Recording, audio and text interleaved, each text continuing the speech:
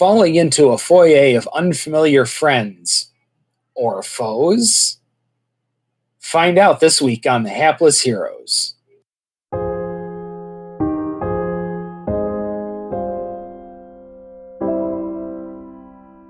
You guys can do what you want. He knows that he's going to kick some ass.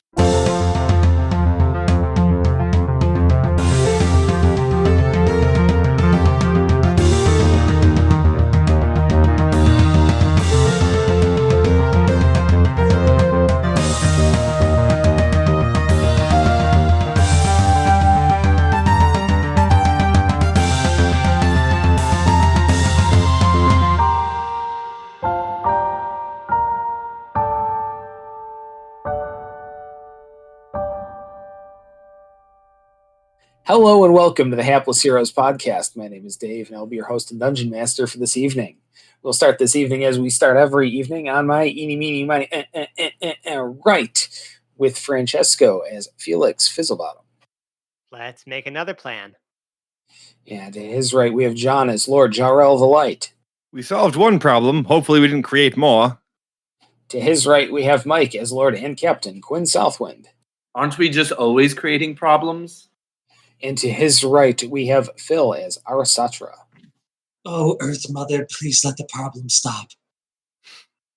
So last week we left off on a bit of a cliffhanger because I just keep doing this because I pathologically can't stop doing this now. So Can't stop, won't stop. I know. So let's just another one. Let the good let it. I don't know, something. I ran out of pop culture references. It's Let the good times roll was right there. You had it. Yeah, I know. I was there, and I wasn't sure whether or not I wanted to go that way, and I faked myself out. I'm having a great time. It is a great time, and rolling is happening as you guys tumble through the teleporter. Because you know what, I know you guys just went through standing, but it feels like at a certain point that you guys should just go tumbling, ass over tea kettle out of a teleporter because I feel like it's a fun visual to start in on. And what else gets started in on is you are faced down by what look like a number of teenagers or young adults readying various weapons at you behind tipped over trophy cabinets. Whoa, hold on a second. Wait, whoa. There's no need to draw swords. We are the heroes of Telduria. And Quinn draws his sword. Oh my god. I'm gonna like hero pose. The students draw harder. Jarrell is trying to roll charisma by saying that we are the heroes of Telduria. Yeah, you know what? That sounds great. Let's I'm gonna try persuasion. And does my hero pose sounds good. That sounds better than having to call it a deception check. And does my hero pose provide help in any way? You know what? Okay, so Felix, start with your performance check. Oh, okay. I can do that, I guess. Yeah, we'll see. If you can add us a basic performance, like if you can do a convincing hero pose. Okay, 17. Yeah, 17 gives you a pretty darn convincing hero pose, so we'll call that a help action. Thank you. I needed that. Well, whether or not you needed it, now you get it, so you can get the help action and advantage on this persuade. The face that John made indicates to me that this was not a good time. I'm going to stick with the 13. The 13 that I rolled the first time. And not the... 1.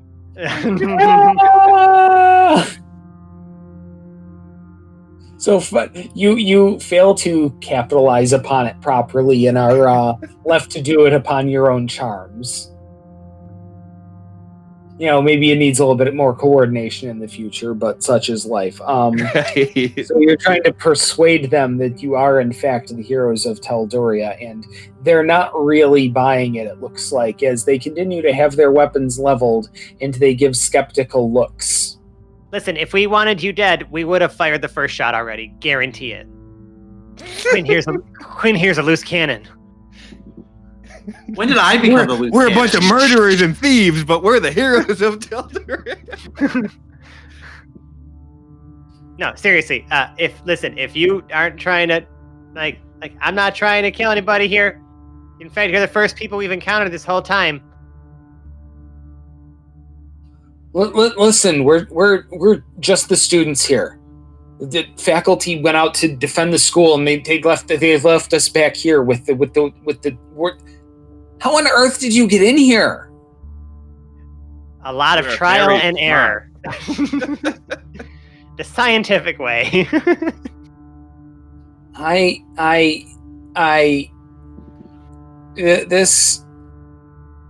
This sounds too... You're looking at a career mega project scientist right here, friends. Like, we mean you no harm. We're actually here to help. Of all times, how do you just have a thing for showing up at times like this? Is that how you guys became how you became?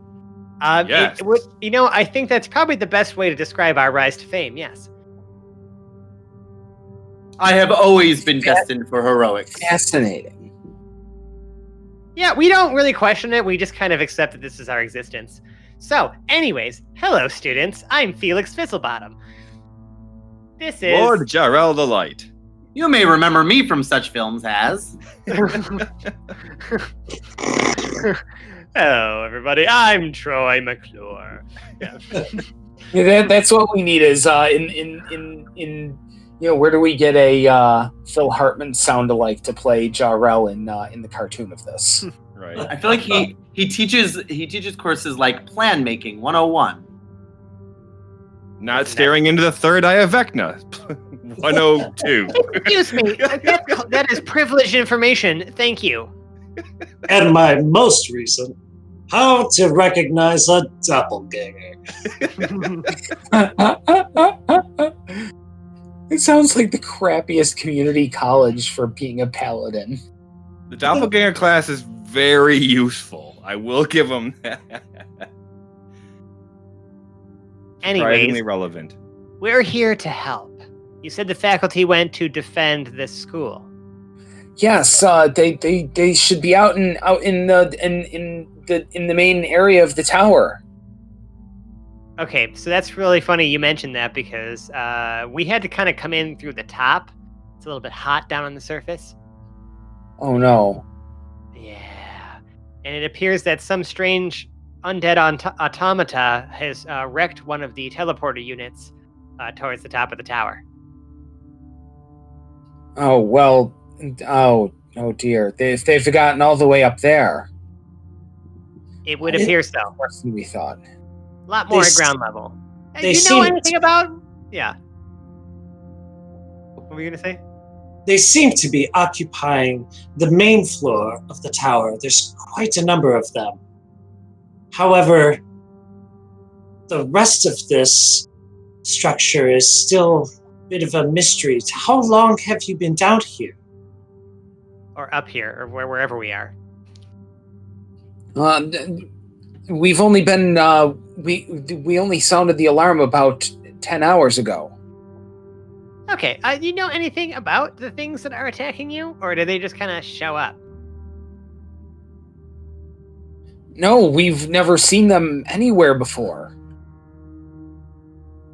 What is it that you do here? You just study? This is simply a school? That's on a need-to-know basis, and I don't think we're the ones who get to make those kind of decisions. Well, whatever it is you do, I imagine it is powerful enough to attract the attention of this undead. There were ghost ships. Have you ever seen a ghost ship?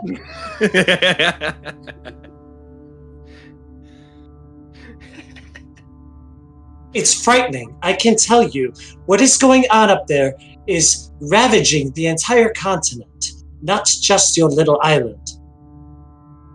Yeah, you have to tell us what's going on. And if you don't tell us, and he takes his glove and kind of wipes his rapier and goes, I'll make you into a shish kebab. Wait, no. What are you doing, Quinn? These are our allies. Well, before we get any further, Quinn, I would like you to make an intimidation check. 18. Okay, so you are suitably intimidated. Whoa. I mean, we're not trying to cause any trouble, but like, can you understand? Like, we literally have orders and regulations we have to follow here. We can't just go telling everybody random stuff. I mean, you shouldn't even be. How on earth do you even know about this place? That's on a need-to-know basis. Just kidding. We arrived here on an airship. We were evacuating a bunch of civilians from the Tri-Nation Peninsula, and then we saw that the lighthouse was in danger, so we flew our airship down here and trying to assist. Evacuate? So you evacuated everybody on your airship? No. We evacuated everyone from the Tri-Nation Peninsula that we could fit on the ships of the Sea Lords. Wait, well, the Navy's here. Okay, this was good to know. My heart rate's coming down a little bit. Mm-hmm. So what do you mean the Navy? I'm afraid there may not be much left of this island after that Admiral is done with this. I mean, the cannons. I didn't meet him myself. Wait. You mean the captain was... You have Admiral Mara, and then you have... Wait, Admiral Mara's here? Yes. Yeah, we arrived on the Southwind before we actually got back up to our airship. Oh, the Southwind is here. Okay, we might just make it out of this one after all. Well, even better, I am Captain Quinn Southwind himself. I'm not familiar with the Quinn Southwind. You don't happen to know the Lady Southwind, do you? 100% famous. Yeah, I am 100% famous, by the way. Listen, I'm sorry, we're a little cut off. So unless you're in with, unless you run in the circles we run in, we're kind of a little distant from things here. Aren't you students of a school? Do you not read books? This is the brother of Tessa Southwind. Yes, you're aware that Tessa Southwind, Lady Southwind, has a number of brothers. You do understand the mechanics. This is one of them. Yes. Look, we don't have that big of a guest list here. I'm just taking it as teenage angst. Like, he's clearly just lost. Okay, sure. You take it however way you take it. He didn't do his homework. That's clear. That is clear. Whatever you need to tell yourself to feel better, Quinn. Regardless, so we're here to help. What were you doing at the time of the, I guess, invasion? Class. This is a school. Okay, just check it. Fooled me. Quinn's so mad. Look, you must tell us what they are after. I don't think that they know, Arasatra. Listen. If we get out of all this, if we get clearance, we can tell you. But I am not about to run afoul of Admiral Mara, and I'm absolutely not about to run afoul of Admiral Mara's hatchet woman. No offense intended, but listen, you're not giving us like a really good set of options either way here. If they are dangerous people to you, then we truly are your only hope. Shit, what kind of protection racket are you guys trying to run on this school? So, okay, again, I'm just going to say the views of our interns do not reflect the views of the proper heroes. My mistake. I'm so sorry, Master Fizzlebottom. The sass! She crosses her arms and steps back in like a huff. Like, you called her rank and she's just pissed. Oh my god. She thought she was about to break through. She thought she was about to get somewhere. And you're like, no, we're going to do this by the book. Nobody needs to know. I have a quick out-of-character rebuttal for that. Okay. And that's, your idea was to fill them with this grandiose vision that we are their only hope when they were just excited about their navy arriving. their navy, their people, the people that they actually know. But nope. This group of strangers right here. This But they group of should know strangers us. right here. Yeah, this group of strangers right here is your best and only shot at survival. I mean, we're here, aren't we? The Navy's out there. We're here.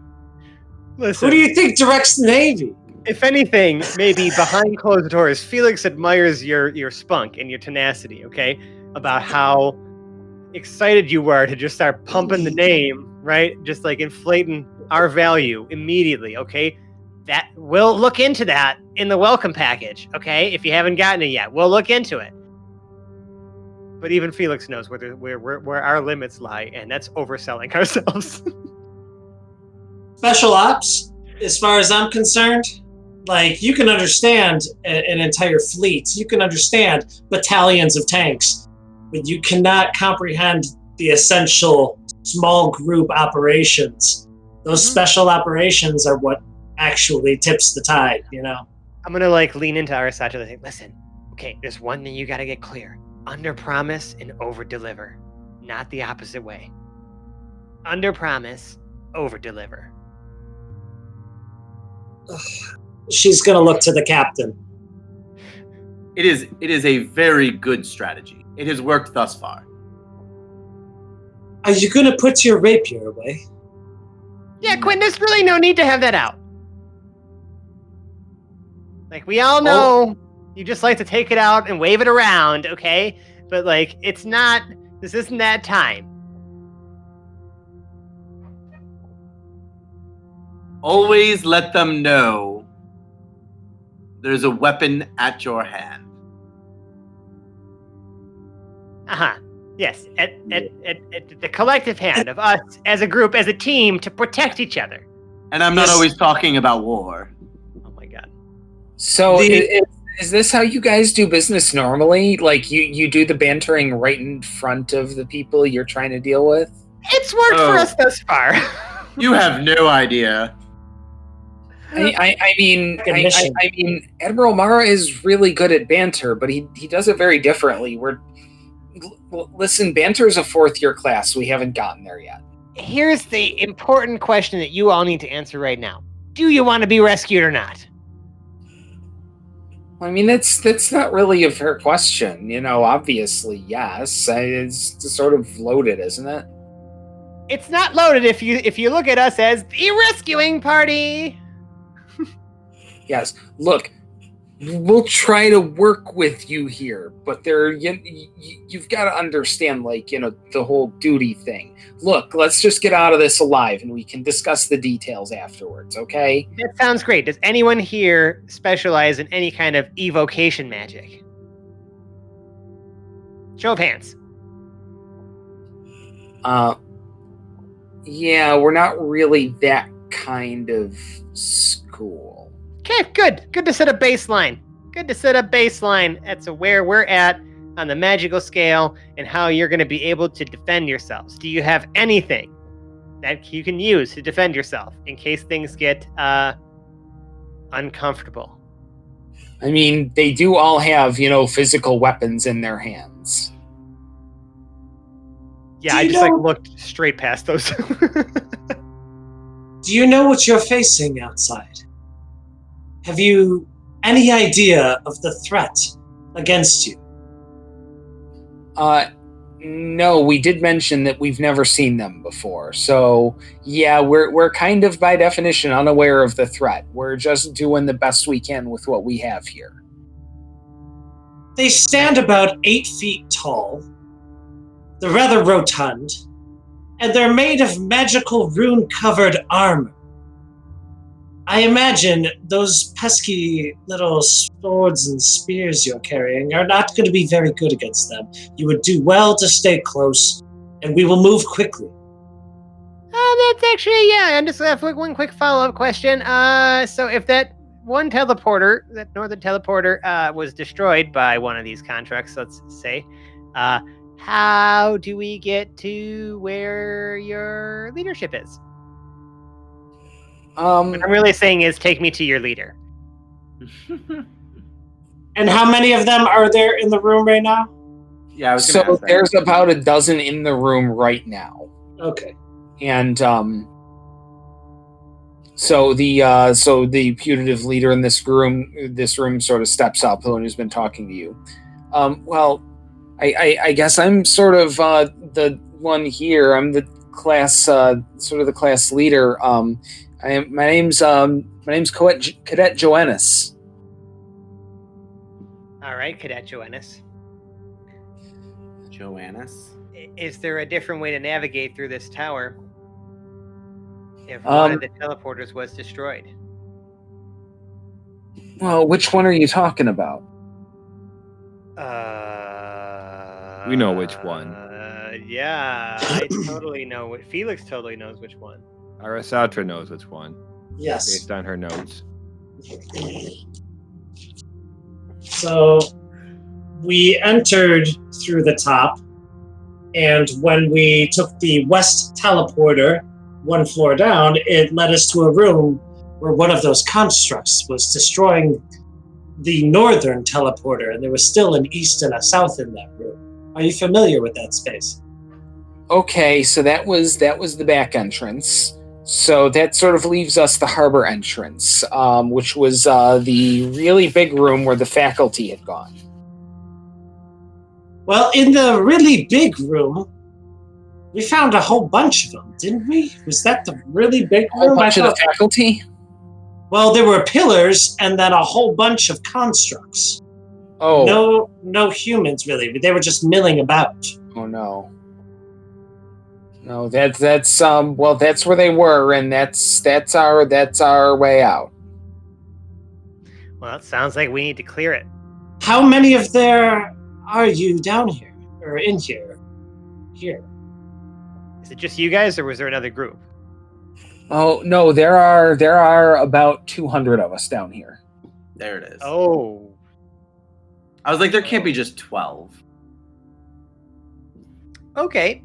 Certainly we can get some of you. Honestly, if they are moving across those teleporters, we need to secure the entire tower. Yep, it's time. Again, two things. The first thing I would suggest is going back and closing every single one of those gates we opened, so that they cannot harm the students. And Wait, so you're just going to lock us back in here? Unless you want to join us in battle, it's glorious, I assure you.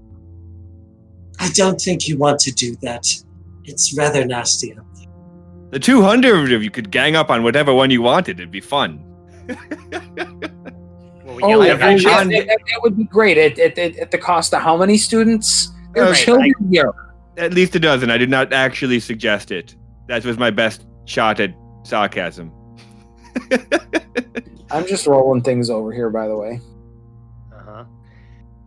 Well, listen, we're gonna have to get to clearing this out. I guess. What would you like to do? Like, I implore you guys to stay safe, and if that means, staying behind a bunch of bars until this whole thing blows over, that's one thing. But obviously, if you don't want to stay here, but you don't want to get into a fight, you need a plan. Is there another entrance besides that large hallway? No, that's the one way in and out of here. This is a secure place. Then that is the best way to protect you. Stay here. We will kill everything else. Okay, we'll hold the fort. We'll trust you guys. I guess we don't really have a whole lot of choice here. I assure you, we are your only hope. Jarrell steps back on the teleporter and clicks his sword of justice to his giant shield. Hopefully everybody else follows him. And he's going back to close the gates again. Well, I'm certainly not going to let him go by himself. So, yes, I'm following. But did you also, I'm trying to think of the word. You just beckoned us. No, he was more showing off for the kids. Okay. We're going to let this slide. You guys can do what you want. He knows that he's going to kick some ass. So is everybody joining him on at about the same time? Yes. Yes. Yeah. No. So, what I'm thinking is those 8 levers controlled the gates, and that dial most likely controls the beacon. Maybe. Well, it seemed to me a column of light leading to a beacon at the top of a tower. It seems to be a source of energy, at least by my estimate. Yeah, probably. So you just cranked that thing to 11, right? And we're just gonna see, like, you're cool? Everybody's cool? I feel okay with that decision, yeah. I feel I stand behind it. If anything, it'll beacon more support. Or maybe that's the whole reason why those undead are here.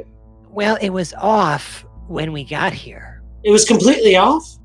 Yeah. It was at 0. So you know what? What's the worst that can happen? So now we're in the We hallway already with did the it. gates. We're in the hallway with the gates. Is it right. still clear? So you're in the hallway with the gates, and right now it is still clear, yes. All right. I We'll don't march like the right back. now. I don't like the right now. That's why we need to go close those gates now. Yeah. Let's go. Cool. All right, so you are proceeding along the hallway at what kind of pace? Run. Jog. Yeah. At a jog. So about trot. 60 feet per 10 feet per second. Yeah, that's a pretty decent clip there.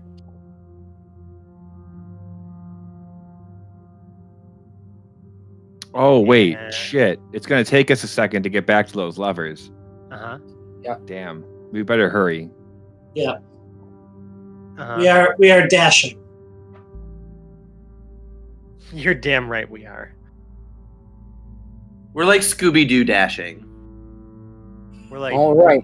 we're Like dashing. legs are going in circular motions. Okay, and as you get about halfway down the hall, you see at the end of the hall a bit of a flash of light, and no. one of those constructs appears.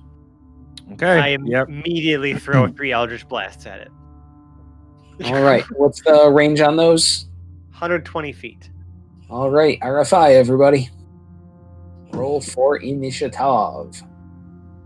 Felix did get those Eldritch Blasts off before we Yes. rolled initiative, Yeah, right? and we're going to get that in at the top, and then initiative is going to engage. So Oh, fire those beautiful beam footages off.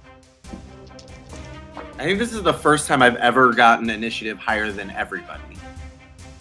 I don't think I've ever been able to do it.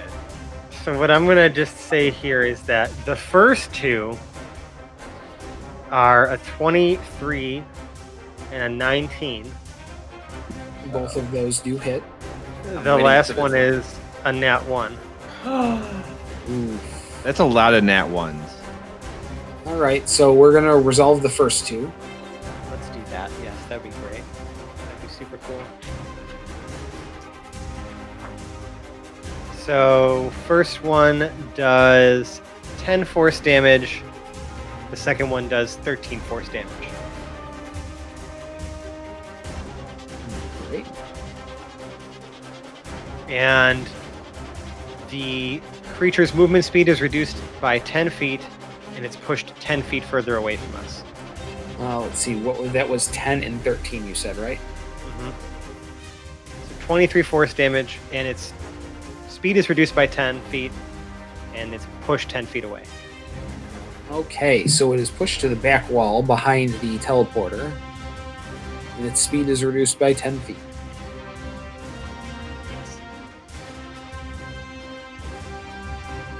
Okay, that is noted. All right, and with that nat 1, that is going to strike the ceiling about 20 feet down the hallway and blast a chunk of the ceiling out. And now there is sort of a cloud of dust and debris, which is obscuring your view down the hallway. Any ranged attacks through that would be made at disadvantage. It is And about how far down the hallway? it is between 20 and 30 feet in front of you, Okay. in that general area. Can't all be Alright. winners. Nope. So that is the end of the Felix surprise round, and we are on to Quinn. Quinn casts... And we're going to say you are 120 feet from the construct, and 20 to 30 feet in front of you is an area that you have a disadvantage firing any ranged attacks through.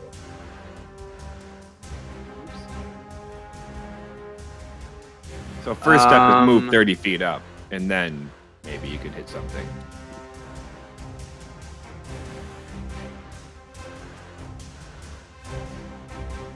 Let me think for a second.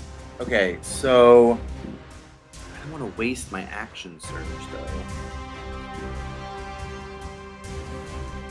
Dang it. Okay.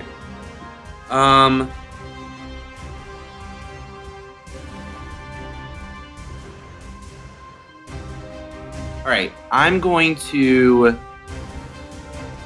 move 30 feet toward the construct. So now I'm only 90 feet from the construct.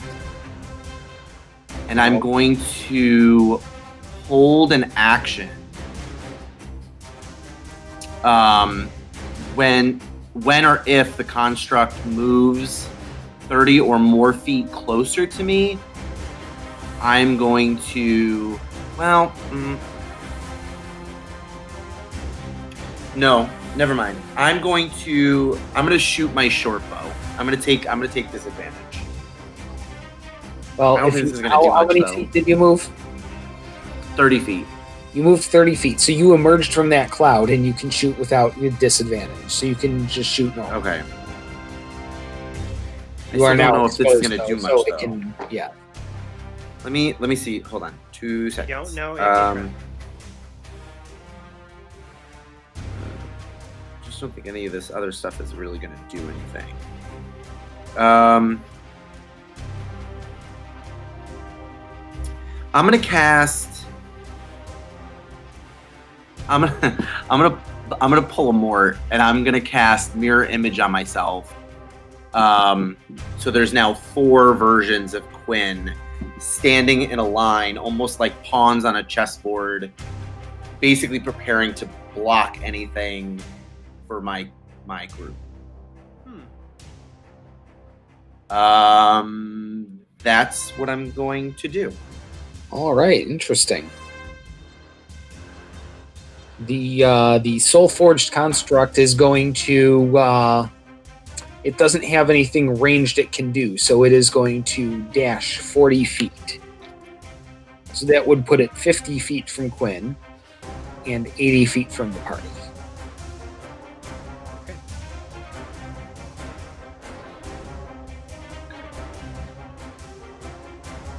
And that is the end of its turn, and it is now Arasatra's turn.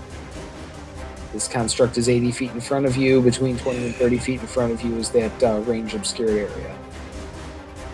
Trying to figure out if there's any sort of bonus actions. So far, everything is an action. So my first action, I want to try to entangle it. I'm just going to cast concentration up to 1 minute. 90 feet is the range, so I can stay put where I'm at. I might move up to 60 feet. I'll take my movement. The 30 feet, I'll get up to 60. Grasping weeds and vines sprout from the ground, I guess all within the hallway. It's 20-foot square, so I would imagine it just encompasses the whole spot. For the duration, these plants turn the ground and area into difficult terrain. Your creature must make a strength saving throw or be restrained by the plants. Okay, so you cast it where it is, or you cast it somewhere in front of you? I missed that. Where it is. Okay. I moved up 30 feet, so now I'm within 50, I guess. And I can, I've got a range of 90 with the spell. Sounds great. So, let's see. It needs to make a strength saving check, you said, right? Yes. All right, and it is doing that.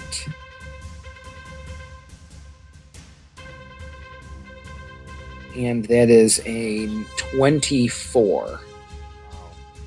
I'll do it.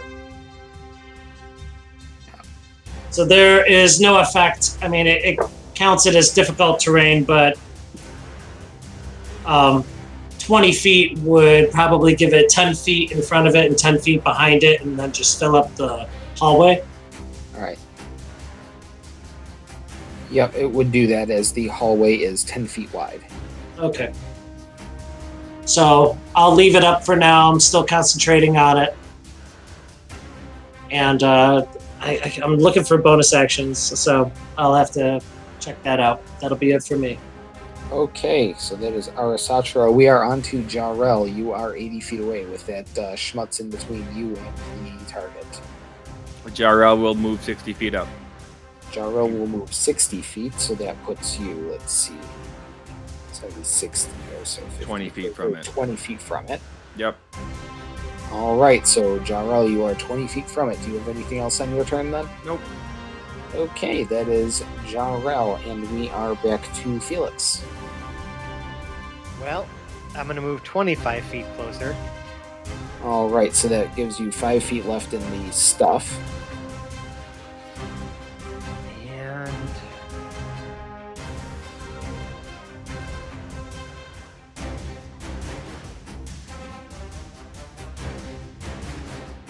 And you know what? As yep, I have enough to spend here. As a bonus action, I'm going to far step and teleport an additional, as a bonus action,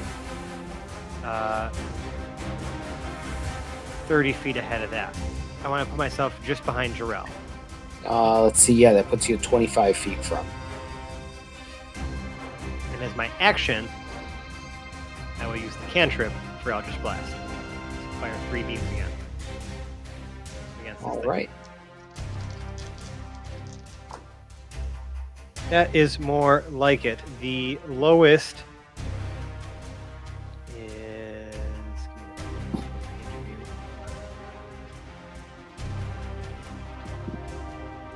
Yeah. The lowest is at 24. Okay, so yeah, those will all hit. Okay.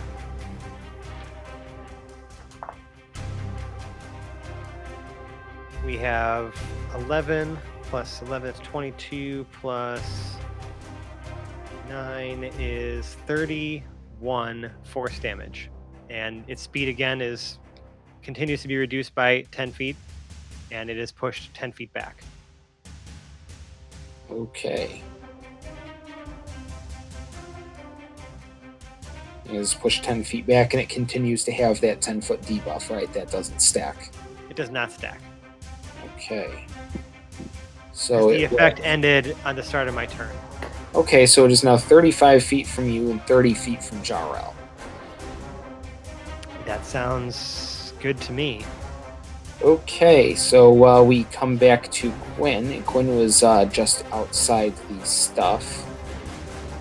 Let's see, so that was 80, so it is now 90 feet from you. I'm going to cast Heat Metal Ooh. on the construct. Okay. Oops, wait, I'm in the wrong one. Okay.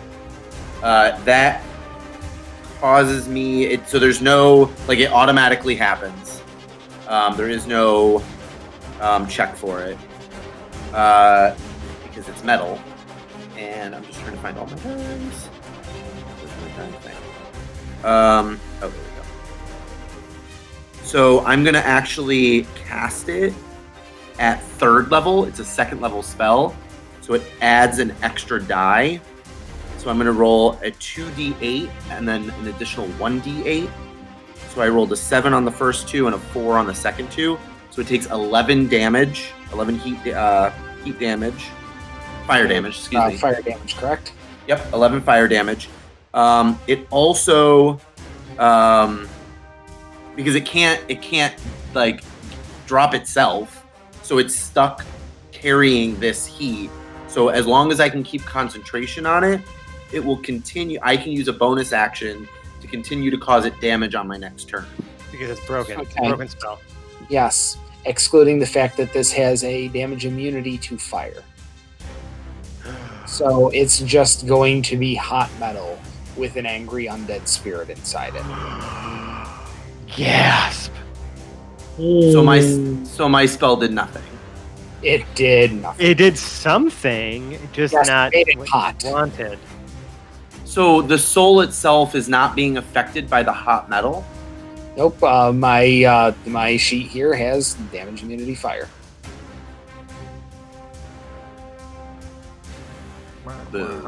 Okay. As James would say, sucks to suck. Well, so that being said, I'm going to, the four of me are going to run up to Jarrell. So I'm on the same plane as Jarrell, 30 feet. I'm going to use an action surge. Does the construct have a weapon? No, the construct has no visible weapon. I'm going to use my bonus action then, instead of action surge. I'm going to use my bonus action to give Jarrell Bardic Inspiration. Okay, so you got the D8, and then I'm going to stay there. Yeah. Okay. So no action surge? No, because then all I can really do is move. I can't really. I mean, I could attack with my short bow, but I don't know what metal arrows are going to do to a metal construct. I don't know. You don't know until you try. It's up to you. I'm just saying, you said action surge before, so I'm just making sure that we are canceling that. Yeah. Because you didn't actually do anything that would warrant that.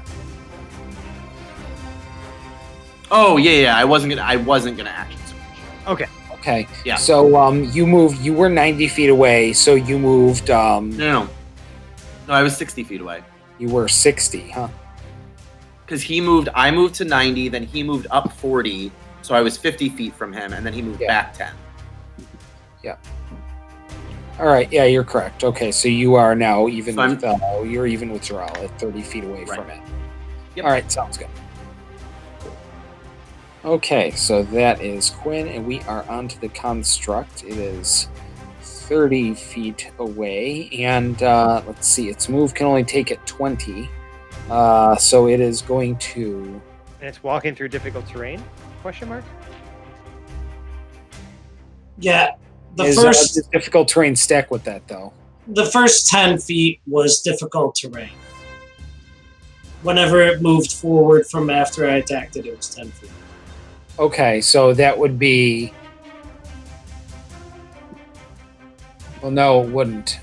Minus 5 feet of movement. If it didn't want to move its full speed, it wouldn't make any difference anyway.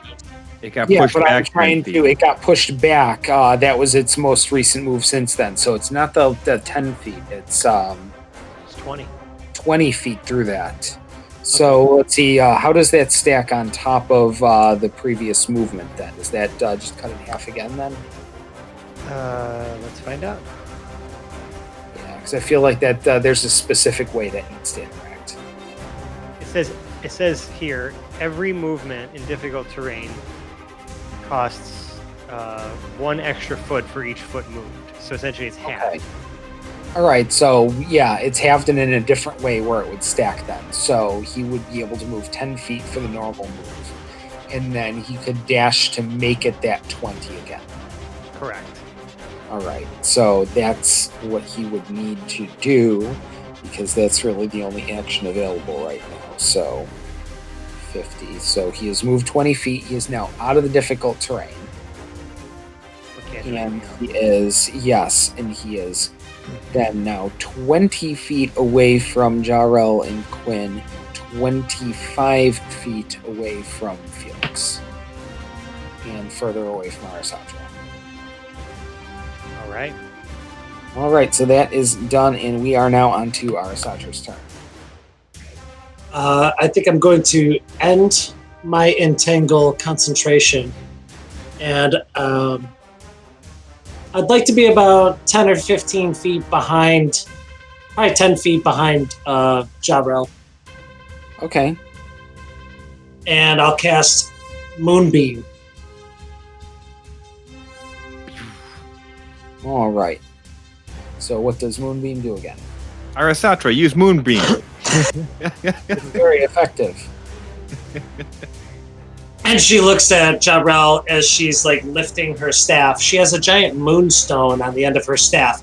You can clearly tell this is a spell she is quite practiced with, as she like rolls her eyes as she glances at Javrel, and then she goes, and again, it's like she's punching as she holds her staff, and a silvery beam of pale light shines down in a 5-foot radius, filling the entire hallway from floor to ceiling. Centered on the point where the construct is. Until the spell ends, dim light fills the cylinder. Dim light? Dim light, yeah, super dim. When the creature enters the spell's area for the first time or on a turn, there is engulfed ghostly flames that cause searing pain and must make a Constitution saving throw. Takes 2d10 radiant on a failed save.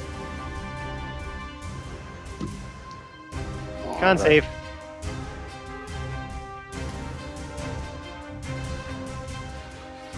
So 9 plus 4, 13. That does not save. 17 is the DC. Ouchie. And I rolled a 6 and a 10, so that is 10 radiant damage. And I'm going to hold concentration on that. On my subsequent turns, I can move it up to 60 feet in any direction. So I'm just holding my staff out and focusing that moonbeam. Wherever that construct goes, she's going to want to draw that moonbeam towards it. Okay, so that damage is done. Your movement is done. Do you have any extra bonus actions or anything you got going on? No, she's good for right now. And she's going to say, let's make short work of this. We've got work to do. All right, so Arasatra is done with her turn. Jarrell, it is your turn now, and you are 20 feet away from this thing. You know what's happening. I mean, I know, but can you let the audience at home know? Swing 1 with the Sword Justice is a 24. Yeah, that hits. Swing 2 is a 29. All right, that will also hit. They will both be receiving... let's see. Versions of Divine Smite. I'm just trying to decide which ones. You know what? Can we do them? I can decide as I'm hitting, right? So the first one gets 1. I think you have to decide before I hit. Now you've hit, and now you have to decide. I'll use. You're spending. I'll just use 1 first level because we've hit this thing quite a bit. Okay. And I know there's probably quite a bit of battle left to go. Yeah, and you always got improved Divine Smite on every hit anyway, so. Yeah. All right. Well, Paladin damage montage away. Let me see how many. Big holy damage. That's a Paladin. That's a Paladin. It's going to be 2d8 per hit of radiant damage just because improved Divine Smite plus undead. Right? It's 3. It's actually 4, but the improved. It's 2d8 radiant damage, increases by 1 per spell slot, plus 1 against the undead and 1 for improved.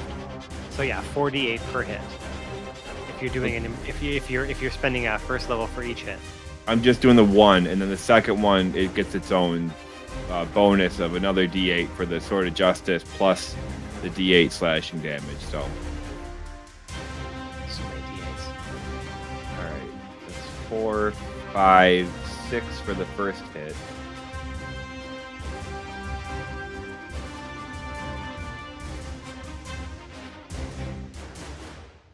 Yep. I was like mathing it in my head because it's like, okay, it's the 2d8 radiant plus the extra because it's undead, plus the extra from the sword, plus the sword damage. and the improved, right? Right, and the improved. It's a total of 8d8. For everything. Plus 14. Okay, so what numbers am I punching into the calculator here? 35 plus 14. All right. 49. It's 49. Okay, this thing is in extremely poor shape, but it is not down. I'm talking extremely poor shape. I got this. Yep. So do you have anything else going on there, Jarrell? No, not this turn. All right. Felix, it is on to you. I've been waiting to use this, and I realized that it doesn't actually require concentration, so the time is now. It lasts for an hour. The time is nigh. The time is... Oh, right. It's nigh. It still is now. So you're going to see Felix put his hands to, like, the sides of his head, like, towards his temples, and do, like, the fucking Tim and Eric, like, Eric Wareheim, just, like, mind-blown type, like, action. If you don't know what I'm talking about, look it up. Just a slow motion, like, right? And 7 motes of light are just gonna 7 motes of light appear around my head. They emit a bright light in 30 feet and a dim light for an additional 30 feet. It's a lot of lumens. It's a lot of lumens. And they just start swirling around my head. Right? I'm using Crown of Stars. It's the once per day usage of a 7th level spell slot that I have. Ooh. These last for an hour, and no concentration necessary. And I can, as a bonus action, fire one of those motes at something. So, I am making a ranged spell attack with one of the motes on this construct. As one of these 7 motes streaks out at it. All right. I think that'll do it. We're looking at a modified 20. Yeah, my 520 will do it. It takes 4d12 radiant damage. Ouchie. 11, 16.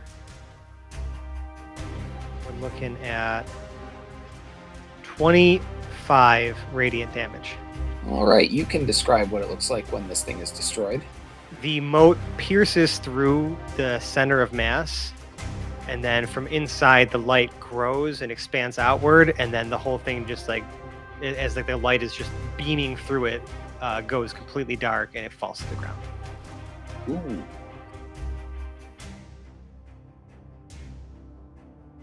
And I still have 6 motes around my head, just like swirling around like a crown. All right. It is destroyed, and you guys are in the empty hallway. Let's keep moving. All right, so you guys do keep moving, and you do reach the end of the hallway successfully. I like to hear that. And take the teleporter into the room with the one destroyed platform. Before we get into the teleporter, Jarrell will ask, do you think two of us should stay here or in the next room to protect the students? The next room. Okay. We need a volunteer to literally hit the levers to close these gates while the rest of us give them some support. So we get to the next room.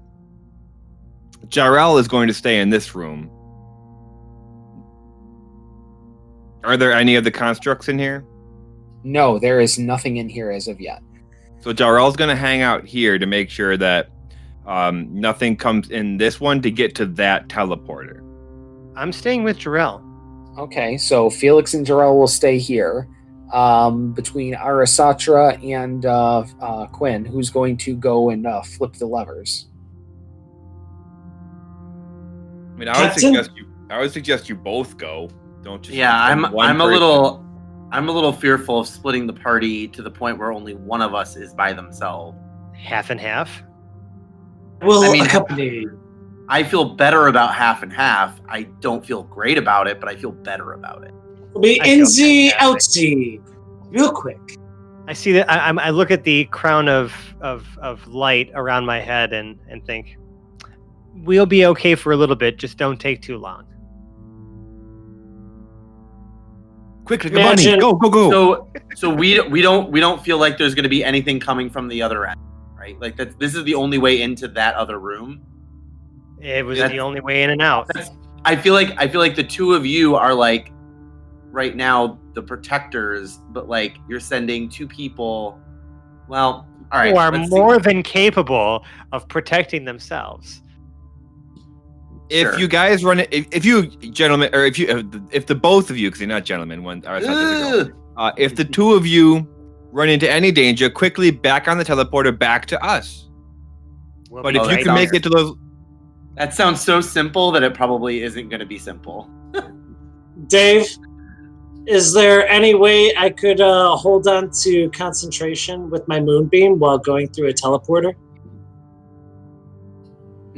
That is, you know what? Sure, I will allow it. Well, because of my Warcaster feat, I make concentration rolls with advantage.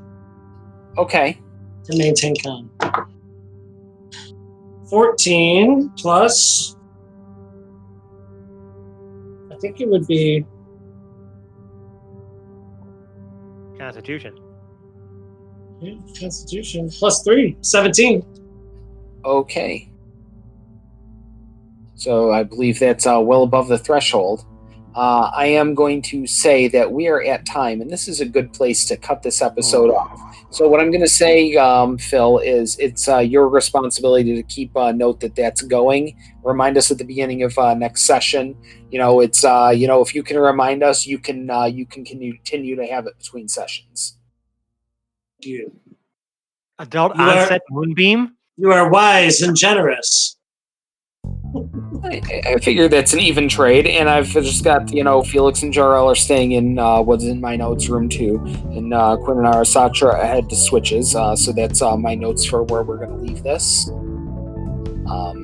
Just a little bit of peek under the hood for the audience who's listening there. But anyway, audience, if you like us and my occasional digressions into the technical aspects of how I might run a session, then you can find us on the internet. We're in such places as Reddit/r/Hapless Heroes podcast. We're on Facebook, Hapless Heroes Podcast. We are both on the Twitter and the Gram at Hapless Heroes. All those places will take you to the crown jewel of our internet presence, our Discord server, where you can meet and greet and hang out with us and do the virtual handshaking and all that in our neat little internet abode. And we've got plenty of channels for all kinds of different topics that we might like to talk about on a daily basis. And maybe if you really like us, though, you could leave us a 5-star review on the podcast service of your choice. We are on such places as, Stitcher and, Google Play Music and iTunes and all that. And, you've wherever you found us, leave us a review there, and if we find it, we will definitely read it so that we can rate you as the 5-star human that you are. Now, if you really, really like us, you could donate to our Patreon, patreon.com/Hapless Heroes. And we've got multiple different levels. Sort of the nice popular one, you get added to our patron bracket. You get access to the cool patrons channel we have on our Discord server. And something else that bracket has, which is also in that channel, but also on our Patreon, as our outtakes. Those are some pretty great stuff. It's a great kind of peek into the room with us. And also our patrons get to join us for our next game night, which is coming up, was it August 29th? 27th? Yes, August 29th. It is the 29th. All right, I got it right on the first try. How about that? Higher tiers get you access to things like, the Hoblet Notebook version 1, or, if you go really high, and I mean really, really high, Tasteful Nudes. But you got to go to some stratospheric places. You got to get really, really high to do that. Oh, yeah, you'd have to be. And if you like us, right now you love us, Sally Fields and the whole deal, go down, down, down under the sea. And create a hotel for the various marine life, and you will record the full version of the Hapless Heroes played for in whale song to attract all of the marine life to your underwater hotel. Yeah, And make that's us the first marine podcast out there. I think it's really an untapped market. The whales? Oh yeah, for sure. And the dolphins. They're intelligent. They'll love this podcast. Don't forget the They'll sharks. be too intelligent for this podcast. Dolphins are too intelligent for this podcast. Probably. That would be Dave. Tagline for us. Dolphins are too intelligent for this podcast. I think that might be Dave's review. 5 stars. Dolphins are too intelligent for this podcast. Although I still love it, Yeah, I mean, it says a lot of things about a lot of different parties involved. But speaking of parties involved, I'd like to outro the parties we have involved. And I'm going to start from my left. As Arasatra, we had Phil. Whew. Well, that felt good. And to his left, as Lord and Captain Quinn Southwind, we have Mike. I will sacrifice myself for the good of the party. To his left, as Lord Jarrell the Light, we have John. We've got this, Felix. And finally, to his left, as the fabulous Felix Fizzlebottom, we have Francesco. Plans on plans on plans on plans. My name is Dave, and I've been your host and Dungeon Master for this evening. Bye-bye now. Bye. Bye. Goodbye. Goodbye. Bye. Bye.